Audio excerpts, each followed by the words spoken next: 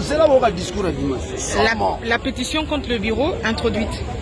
Finalement, il faut que le bureau Mabunda parte. Il n'y a pas à négocier. Certains déjà là, ce n'est pas un pas encore. Certains déjà là. Lorsque vous regardez la pétition, la plus grande surprise dans cette pétition, vous trouverez un grand nombre.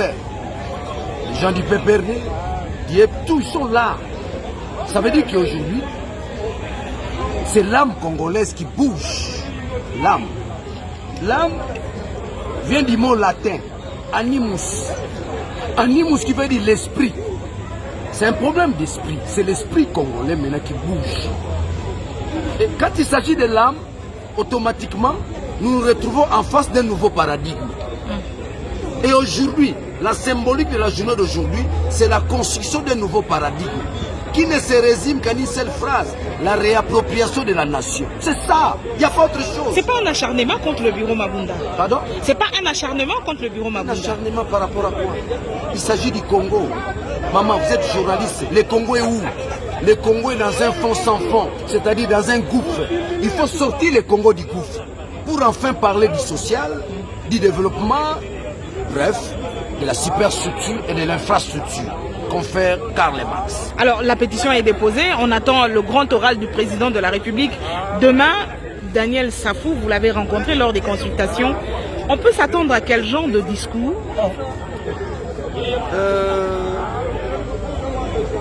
Je ne suis pas un devin. Je suis un homme politique. Ce qu'on peut s'attendre demain, c'est un discours. Des grandes révélations? Oui, des grandes révélations. Mais j'imagine ce discours-là va rejoindre les aspirations et les attentes de tout un peuple. Dans ce sens. Vous savez, on l'a combattu. On l'a combattu. Mais il revient encore. Il reprend surface. C'est le peuple aujourd'hui qui sanctionne les FCC. Nous représentons le peuple. C'est le peuple. Leur arrogance ne va plus se faire attendre. Ils vont devenir polis, calmes. Non, c'est fini. Le problème, c'est quoi? Le vrai problème, c'est quoi? Ceux qui me suivent maintenant là, le Congo n'est plus une nation. Le Congo, aujourd'hui, c'est un État autorité morale. C'est un État autorité morale, ça se résume en un mot. Bicéphalisme. C'est quoi le bicéphalisme? Le bicéphalisme veut simplement dire des têtes dominantes au sommet de l'État. Or, au sommet de l'État, il n'y a qu'une tête dominante.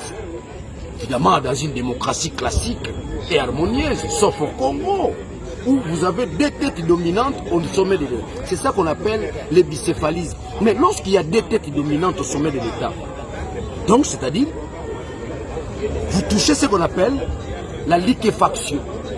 La liquéfaction, c'est la disparition même du pays. C'est là où Félix s'est ressaisi. Le pays va disparaître.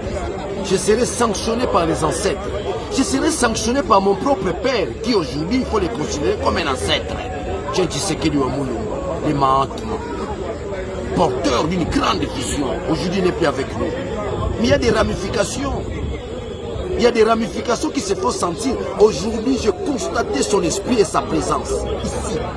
Voilà comment on a déjoué l'ordre machiavélique, diabolique de nos frères du FCC. C'est pas nous. Ça, ce sont des esprits qui interviennent au problème du Congo. Vu la misère de tout un peuple, les esprits interviennent. Trop, c'est trop. Vous régnez à 18 ans, 19 ans. Vous continuez à vous enorgueillir. Bissot, FCC. Non. Pièce contre pièce. Merci. Laurent Désiré Kabila disait ceci. Ça, c'est qui me suit plus. Laurent Désiré Kabila disait ceci. Les Mobutus sont dirigés pendant 32 ans. Ils doivent aussi se reposer pendant 32 ans. Par ricochet, je dirais, les Kabilis sont dirigés pendant 18 ans. Ils doivent se reposer aussi pendant 18 ans.